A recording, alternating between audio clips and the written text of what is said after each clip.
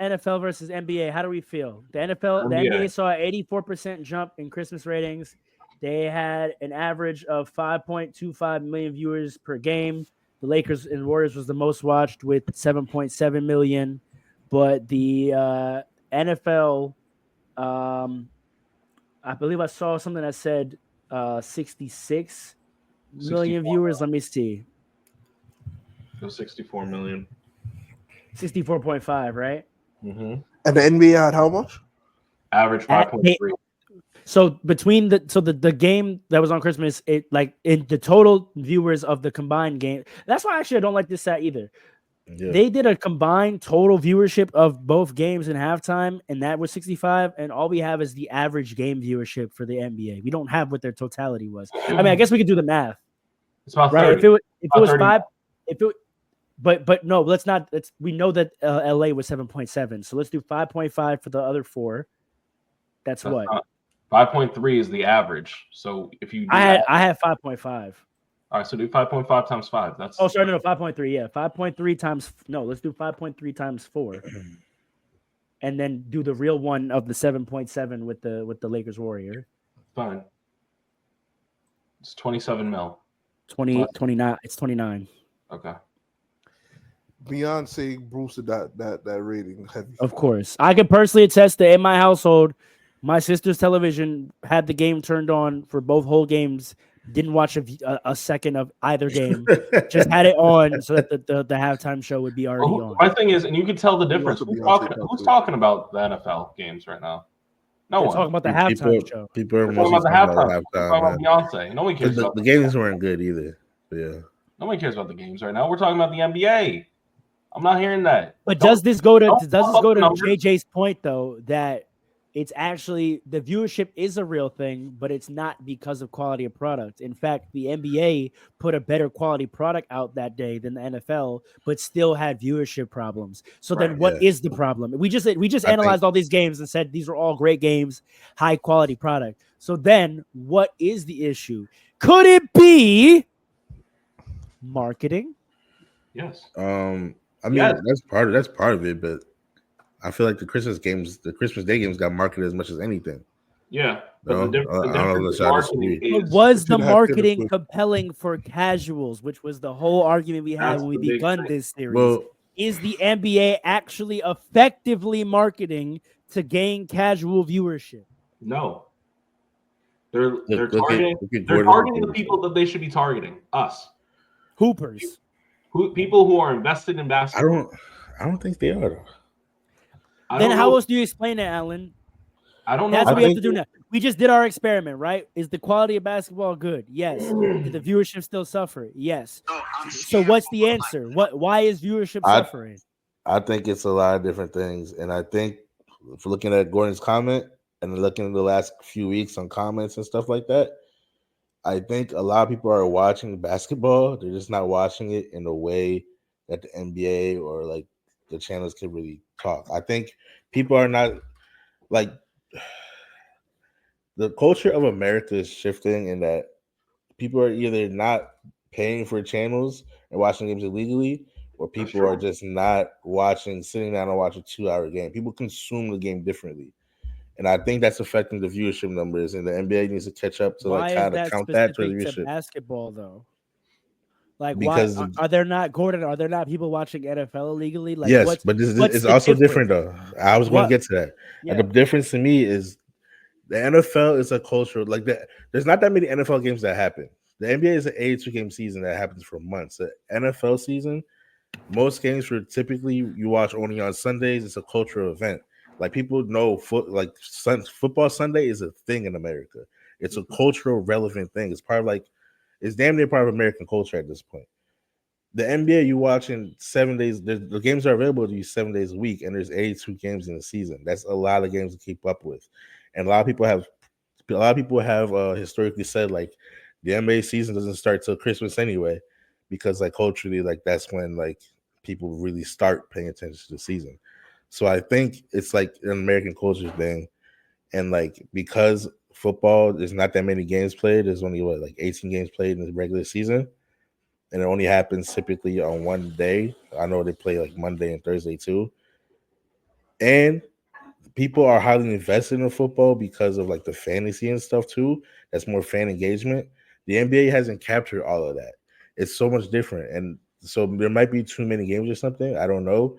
I don't know what the answer is to fix it, but I think all that kind of like translate into like the viewership being down.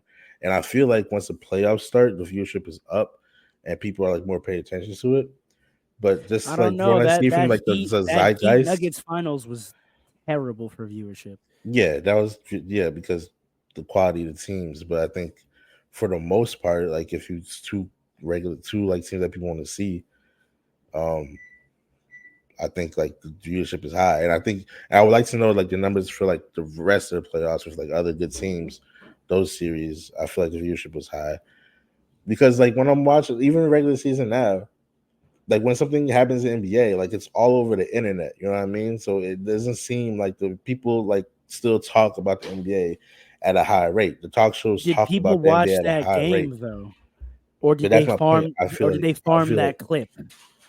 That's my point. I feel like people are consuming it a different way. People are not sitting down watching whole games anymore. But that doesn't mean like the interest in the NBA is down. It's they're not watching games, which affects the viewership numbers.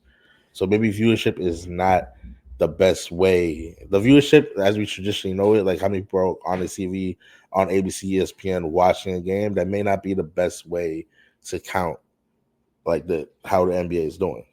But should it still be the goal? Us as invested fans, as podcasters who break down. I mean, we build our whole brand. Our whole theme song is about we really watch games, and that's why our takes are better than other takes. If most of the narrative and conversation around the sport we love comes from a perspective of clips and YouTube highlights, is that good? Are we just okay with that? Or does the NBA have the responsibility to figure out how to get people to watch more full games? Well, that's a good question, and I feel like for us, I feel like we should focus because it's not everyone who's not watching full games, right? Like you have to break it down to like different types of people. There's casual fans, and just for the sake of like simplicity, there's casual fans, and there's like not like fans. And I think there's like the fans are always going to watch the games no matter what, but that's not what carries leagues. It's not what helps with like the numbers. When you're talking about viewership, that's when you talk about like the casual fans. And I think the casual fans are the ones who are not watching the game all the time like the fans are. Yeah. And I feel like for people like us, we're catering to like fans who watch the game like us. We all watch the game. That's who we're catering to. And that's like the audience we need. But when it comes to like the NBA and the NFL and the sports leagues, they have to figure out how to cater to and count the casual fans as well. But that comes back to the point me and Andre are saying is that they're not doing that well. But okay, yes, but my point was I just don't think it's the marketing. I think it's the other things I said before. Well, how else do you cater to casual? I guess that's the question. How does one cater to casuals if not through marketing? Can I ask a countervailing question? Mm-hmm. Should we be catering to casuals? Well, that's what me and Alan just got to because we just the point we just said is look. Should the NBA be catering to casuals? I'll tie it together, right? Look, if casuals control narrative, right? Because there is NBA engagement, which Alan pointed out, right? The cultural engagement with the NBA is still incredibly high, right? Mm-hmm. But if the majority of that engagement is coming through consuming of clips and highlights, that means the majority of the narrative and conversation around the sport is uninformed. That contributes to the popularity of players in the game, right? People who become most popular become the people that people are gravitating to based on their clips and highlights and not actual contextual game performance. That affects many things. That affects jersey sales. That affects ticket sales. It also affects the media's perspective when these awards start going out, right? It affects who the NBA believes they should pivot to highlighting in terms of their marketing because of who's popular, right?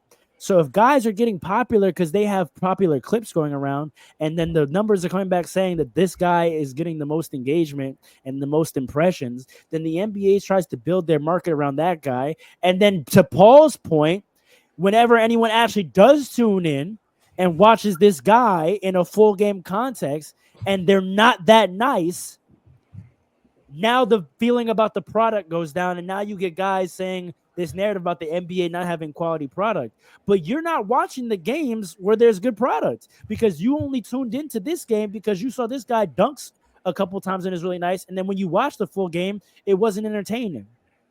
So that's why we're saying, should the goal still be, should the NBA try to find a way to get casuals to watch the full game, but also watch the full game for the players of actual quality so that the brand and the league is represented in the best way possible?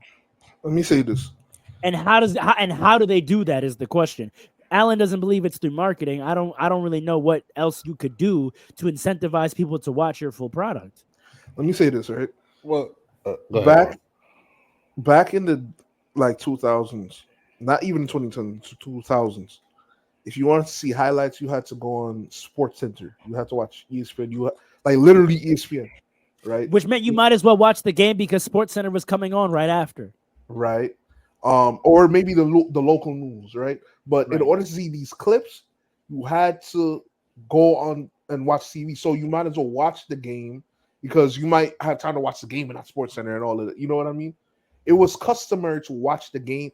Attention spans were higher and all of that, right? So I think the problem now is that in the social media era, the YouTube streaming era, where clips are everywhere, you even have long clips.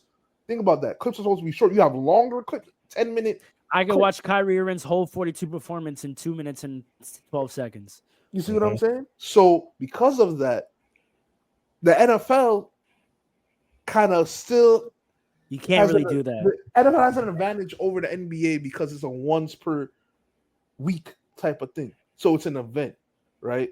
It's that's what I'm saying. It's different, right? The NBA is like every other day, every 2 days type of thing for your favorite team, and there's a lot of teams games being played. So I think the problem is. But Paul, let me just pause you there because for sake of time, I think we're all agreed on what the problem is. I don't think we are any longer confused on trying to identify what the problem. How do you? What is the solution? What is for us as fans who are invested in this game? If the NBA is sitting in their boardroom, what the first question is: do we need a solution? Is this a problem we care about? That was one. That's my point. That's my point, actually. That's why. Andre, give us that. Why do you feel the NBA shouldn't really care about what's going on currently? Because even though we talked about the style of the play and they're fixing it, going to JJ Redick's point, and this is something I think about. There is a lot of great basketball still happening. There's still a lot of active engagement from people who care about the game. And I don't think it's a bad thing that we're caring less about nuance. And you might disagree with me, but look at hold on. Look at a sport like tennis. Look at a sport like tennis. People who are truly dedicated to the sport. They're not doing fan service to casuals, but they still get a following every single year. Same thing with soccer. Yeah, but media and to answer your question, media and popular opinion don't affect the business of tennis. Right. And that's what I'm saying. But they've gotten to a point, and that should be the next point. Like, this is the NBA problem. Should we remove media from NBA meritorious distinctions? Yes. Okay, then maybe that's an alternative thing. Because that's why I say it is a problem, because if popular narrative and dominating a popular opinion has literal financial impact on these players' lives, that is being increasingly becoming more uninformed. That's a problem to me. That's a huge problem. That should have been a thing. Yeah. This is what I said. Think about. Hold on, Paul. Can I land this real quick? Yeah. Go ahead. Uninformed opinions in an advanced analytical, intellectual capacity of a sport don't jive. It's water and vinegar, or water and oil, whatever it is. And I think that's what a lot of players are complaining about. It comes off as just like hating the media, but I think the nuance that maybe no player has like succinctly put in words is that the media and the overall, because media is a very broad term now, but the overall popular narrative that is being formed about players that media feeds into, because that's what people want to see. That's the thing. It's a feedback loop, right? So the media runs narratives that the people are invested in hearing about. And the narratives that people are invested in hearing about in the modern day are the ones they create themselves. Mm-hmm. It's not like it used to be. It used to be the people were invested in the media, in the narratives that the media were running. and the storytelling that the media created. Back to my point from earlier. But right now, it's comment culture and reaction culture is such that the people create their own narratives, and the media now investigates and propagates those narratives. Correct. Right. So if that's what's happening, which I think is what the players are saying, if that's what's happening, if the media is just clickbaiting based on the narratives that the comment section are creating, and then the narratives that the comment section are creating are uninformed because no one's actually watching the game, then that means now our beloved game and our players are being portrayed based on opinions that don't know what they're talking about and that don't watch the game. And then that affects their pockets. Yes. Let me say this. So I think it is a problem that needs to be addressed. Correct. And the last thing, and you can clip this, NBA fans, because fast break fans already know. But if you're looking for intellectual, informed basketball takes, and you want to bring in media that knows what they're talking about, look no further than Fast Break. Well, I think that's the purpose of this podcast. Is we're trying to counteract the comment section and put out narratives that are informed in the hopes that maybe major media will pick them up and react to them. We try to talk about the points that the media doesn't react to, and doesn't acknowledge, and doesn't analyze. All right, Paul, make your point.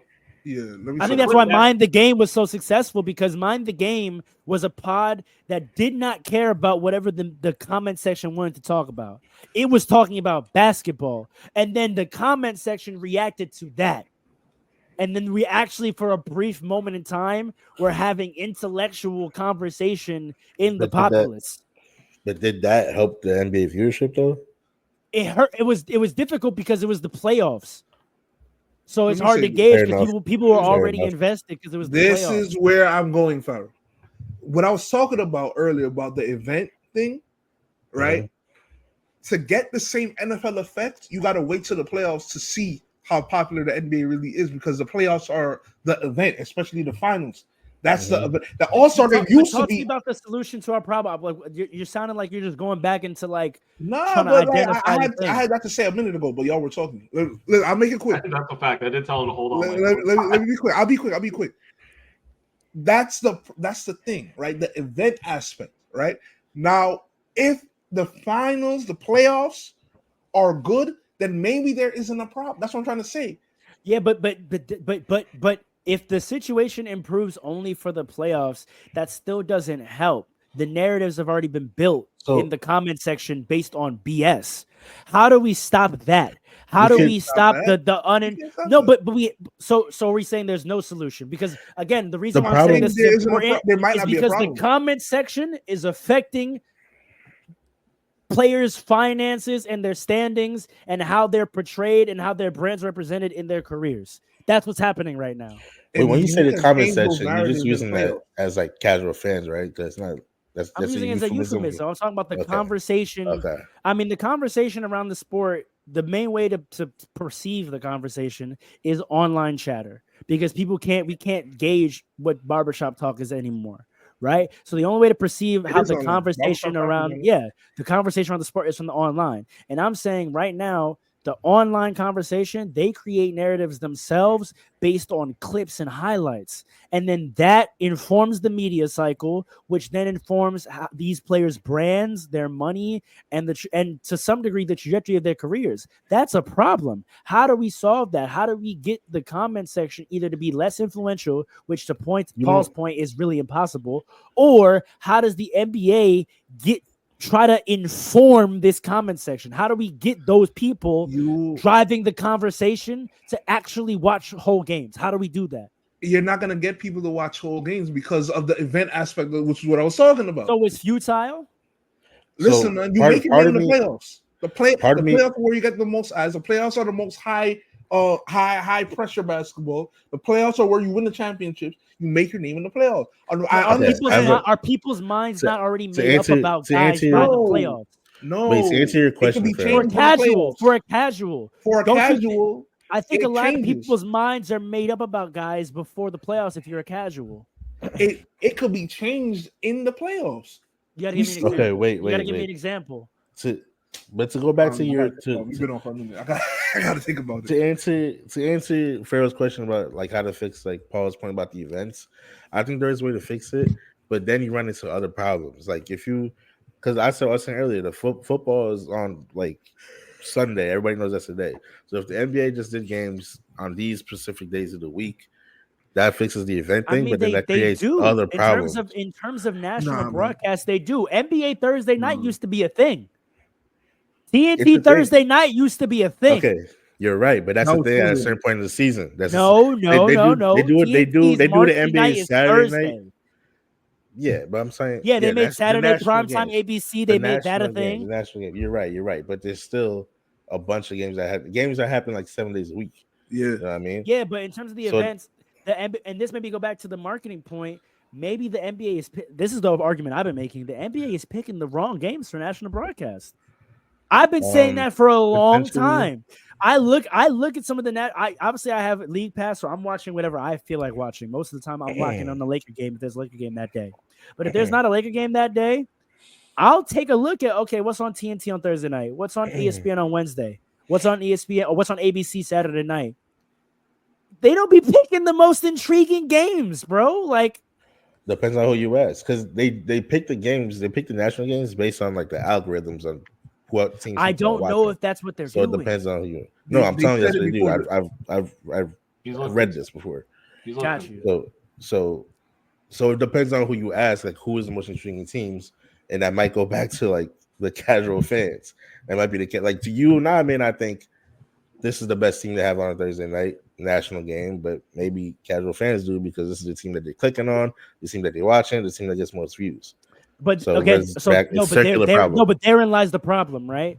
Mm. Those people aren't gonna watch the full game for the guys they're watching clips of. Because I'm just gonna watch the clips. For example, look, Saturday, December 28th, today, on NBA TV, the 3 games they have running are the Heat Hawks, Thunder Hornets, Suns Warriors. Here's the problem, right? The next TNT game is Tuesday, January 7th. Yeah. The 7:30 game is Lakers Mavericks. That's gonna do well. That's gonna do very well. And the 10 p.m. game is Celtics Nuggets. That's gonna be a good day for them. That's gonna be a really good day. Wednesday, January 8th, the ESPN lineup, 7 p.m. Thunder versus Cavs, 9:30 Spurs versus Bucks. Hold on. But Thunder versus is that a good Wednesday? Wait. You realize Thunder versus Cavs are the 2 number 1 seeds, right? I know. But watch this. Why is that not going to be a good day? It should be, but why is it not going to be? Who of those 2 teams in the 7 o'clock spot gets heavy NBA marketing push? Nobody. And to bring it all back in a circle, that's my problem. When you saying Shai wasn't good enough to get the NBA to push him, well, here's the problem with that. If you feel like that, no one cares about that 7 p.m. primetime game because you're telling people Shai's not that good. Why am I watching that game? That's been my whole point. And we finally arrived. We have to push these guys because why else are we going to watch? These are the guys we're putting on primetime. You can't fool people, though. You can't fool people. But how else am I going to? Why? We have to watch the 76 has been fooling people for years, but that's a different conversation. Because Joel Embiid gets pushed. You know why he got that push? You know why he got that push? But like you said, Paul, the 2 number 1 teams in the league are playing on 7 p.m. on ESPN, and nobody in that game we've seen in any marketing in the last 2 weeks in the NBA. You know why nobody got that push? Because he looked like he was on track to be one of the greatest ever. I'm not debating why. I understand why. I don't disagree with you. I'm saying it's a poor decision. That's what I'm getting to. And we finally, I'm glad we did this. We've been working on this series to get to this point, to break it down fully. I think you all understand the pathway that I've been laying out. And we see the full chain link of why it's a problem. And Alan, your contribution, everyone's contributions today have been amazing. This is one of the best positive things we ever had because we fully identified the linear pathway. If the comment section has a link to players' trajectory, and we acknowledge that that's a problem. If the only way to get that comment section to be informed is for them to watch full games, and then we're doing algorithm based on clips to see what games are get nationally televised, and then we look at the national television schedule, and we see the 2 number 1 teams at 7 p.m. on Wednesday, but no players in that game get star treatment or marketing, that's why I say marketing is the problem. I still think it's an error that we're in now. Alan, what is your response to that? Because you've been the biggest. It's not a marketing problem. Do you see So- now the full way of what I'm saying? It if Yeah, that game, if no one in that game gets marketed and no one cares about that, why would anyone go watch that game? No, I feel And then you. and then I guys understand your don't know point. that Shea's actually a top 5 player in the NBA. I understand your point, but just to clarify, it's not that I think you said something earlier. I don't think it's like the league shouldn't focus on marketing. I just don't. I disagree on the point that they're not marketing to the casual fans. But that was never my answer- point. My point was that they're not marketing their stars. Word. They're not And marketing their stars. They're yeah. still resting on Bron and Curry. I don't. You have a young guy 100% carrying. 100% agree with that. 100%. You have a young guy in Shea carrying a small market, number 1 seed. He's young. He's good looking. He's international, so he checks that box for you. But he's still black. He still has American black culture swag to him. This guy's right there, and you're putting him on national television, your prime spot, and no one cares because you don't care to market this guy. My only you're not wrong. My only response to that is the Wednesday night 7:00 game just happens not to be the prime spot. That is just so like I'm thinking about how they probably see it. That's the pause point. You're losing opportunities to make events.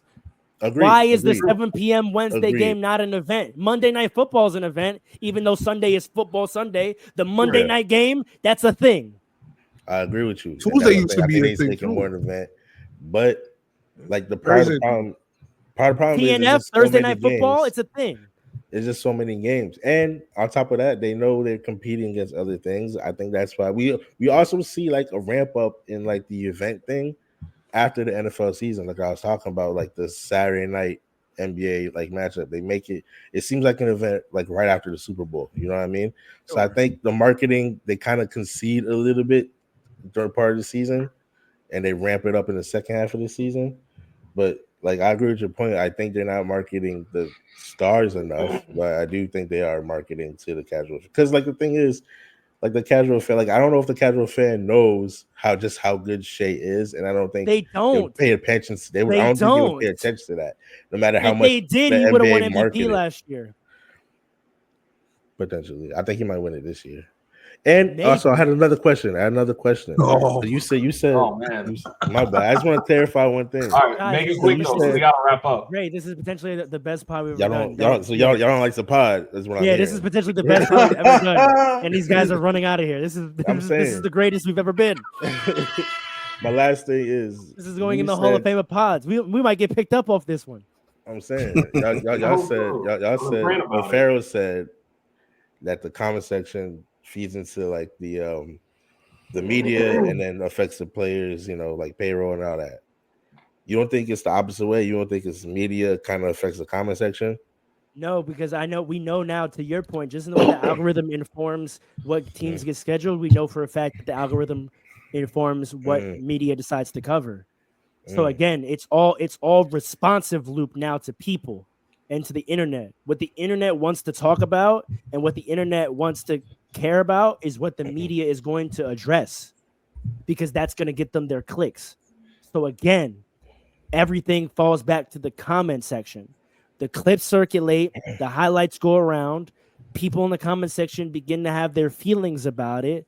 They start narratives, and then that's what the media responds to and reports on, because they know people want to hear and talk about that stuff. That's why all the shows all have the same subjects. Every show, even some of these pods, you're going to hear you can watch 5 NBA shows at the end of the week, and they're all going to address the same headlines, the exact same headlines. And that's because that's what the comments are talking about and asking about. The internet wants the number 1 seed to trade for somebody so that they could become more interesting. You see what I'm saying? You see what I'm saying? That's my point. I think that's a shade problem. I'm not going to hold you, but let's go. What more could he do, bro? What more could he do? He got to be more personable. He get it on the court now. He got to be more personal. I don't think he's giving you good sauce. He's giving you good sauce. I don't think he needs to be personable. I think he just has to compete in the playoffs and not look like a front number 1 seed. The playoffs are where you're making. I keep going back to it. The playoffs are the key. why I don't like that is because you're acting like superstars only got in the past era, only got that push once they had playoff success. We used to track the progression. We used to be invested in. Oh, this team is going on in the first round, but you're gonna have to deal with this team for years to come. We still do that. We don't. Yes, no, we don't. You don't think that because there's nobody in this era that's going for greatness. We're tracking Shea is going for greatness. Shea ain't done nothing. Shea right now. Did Kevin Durant do anything when he beat the Spurs? You beat the Spurs. What are you talking about? What are you talking about? That's the whole point. I'm saying before. I'm saying you guys don't be intentionally obtuse. I'm talking about at the time that series went. Man, I'm acute. Let's go. Not after he did it. I'm saying going into that series, had Kevin Durant done anything? He made a statement when he beat the Spurs. Years in a row. Going into the series, listen to the words I'm saying. Going into playing the Spurs in the first round, had Kevin Durant done anything? He was cool. He was like Shea is. Shea's cool. So now you're saying, but was Kevin Durant not built? Was Kevin Durant not billed as a superstar going into that series? He was. Yeah. Yes, and this is your point. You like to deny history act like guys didn't get popped before they got popped. Like he wasn't the number one scorer in the league for like years prior to that. Like Shea, right? Like Shea. Wait. You're talking about after he went to the finals? I'm not disagreeing with you. No, wait a second. You're talking about after he went to the finals? No. You're talking about before. Like 20. His first big playoff success, beating the Spurs. You tell me he wasn't built as a superstar before that? He wasn't built as a superstar. You're lying. No, he wasn't. And that's my problem with you. That's not true. That's not Andre, true. You know it, and you know it's not true. And that's been your whole problem when we had this. You're telling me that Kevin Durant was a superstar before the finals? They were getting pushed. Before 2012? What year are we talking about? Because he's talking about when they had Gary Neal in them. He's talking about like 2011. Hold on. Stop. I'll tell you. He's asking if Kevin Durant was built as a superstar before he made an NBA Finals, and he's saying no. And you if the two of you don't point out how ridiculous of a freaking statement that is, I'm ending the pod. That's absolutely absurd. That's absolutely absurd for you to say. He was where Anthony Edwards is right now. 2011, yes? Wait. I'm wrong? Wait. We're talking about 2011, right? Yeah. I think that's 2011, yeah. What are you talking You're about? absolutely wrong. He is literally where Anthony Edwards was right now. Look, Alan and I were OK City fans back then, as well as the Nets and the Knicks, man. We know what they were doing. He was the problem is no. They were in our late 20s and early 30s. Hold on. I want to just address what he said, and Andre, you take it from me. He's bigger than Anthony Edwards is right now, and that's my problem. That's a fact. No, he was bigger than Anthony Edwards is right now. He was the third best. Yes, he was. They were calling him Kid Clutch. Do you know why? Because King Clutch was Kobe. They were calling him Baby Kobe. They were teaming him up to be the rival to LeBron James. And people not saying Anthony Edwards he had the Slim Reaper nickname from 2010. Y'all forgot about Durant. Anthony Edwards isn't. Anthony Edwards isn't who he is. Slim Reaper. No, Slim Reaper actually came in 2012, but that's okay. Anthony Edwards is literally where Kevin Durant was before he got to the finals. What are you talking about? Crack. You feel like you think that's not the case because the era of the NBA that we're in right now is not back then. Anthony Edwards is not being considered a top. No, but that's our point. Like guys are not as big as they should be. Anthony Edwards. He was way bigger than Ant right now. Anthony Edwards way bigger. Teed up he to was be a way top bigger. In the league. Okay, Kevin Durant got teed up to be a top 3 in the league. Became a top 3 in the league and remained a top 3 in the league. And that's why we act like he was bigger than he was back then. Kevin Durant's brand in 2011 was absolutely fun, was huge. Bro, they were calling him that before he went to Golden State. What are you talking about? Before he went to Golden State, he got to the finals. Before he went to Golden State, we're talking about 2011, Andre. Before he went to the finals. 2011, they were teeing him up as the third best player. Anthony Edwards teed up to be one of the best players. It was Kobe, Bron, KD. That's the order. It was Kobe, Bron, Carmelo, Wade. It was not. This guy's, And then we talk about Kevin Durant. That's what I'm saying. Revisionist history, bro. This Oh guy, my God, this guy is really bugged out. gosh. This guy, we're talking about So marketing. Carmelo bro. was considered better than KD at that time? That's Not in what we're talking 2011. about at all. Well, hold on. Wait. Not in Andre, 2011. Andre, that's not what I'm saying. I'm not saying that. I'm saying that. Not We're in not talking 2011. about who is better, bro. We're talking about He's talking Billy. about star Billy. power. Yeah. KD had way more star power than Carmelo Anthony in 2011. Ooh. Way more. No. This is what I'm Way talking about. more. You're repainting history, and I'm not gonna allow it as a Knicks fan. Ooh. I'm not gonna allow it. I think- Carmelo I don't know if he had Anthony. more star power. No. I don't know if he had more star power. It was before Melo. They They tried to Melo had erase just Carmelo gotten Anthony from the history of the game. I don't like it. No, I refuse it. No, Carmelo Anthony was mentally classified. Remember that? I was with you until he said Melo. Melo's a good one. Because Maybe not his Melo, but mindset definitely is that. Wade. Yeah. That's like Definitely KD was Wade. in back. Definitely he was Wade. on his way. Definitely Wade. And he was about equal with Melo. He was about equal. You said what? I said definitely Wade, and he was about equal in terms of star power with Melo. Wade was bigger than KD at that time. No, he wasn't. No, he wasn't. Dwayne Wade No, he was was not. bigger than KD. No, he was not. No. Oh my gosh. No. As a brand, my God. as You a watch too brand, much Western as a Conference brand, basketball. That's your problem. as a brand, yes. the NBA was about the West back then. Let's be real. No, it wasn't. All You right. had the Bulls. You had the Pacers coming up. All you had the right. Knicks. All You had the right. Heat. All right. The narratives, All the best right. narratives were coming from the East. All The right. best narratives were coming from the East. Okay. The big three was weird. Okay.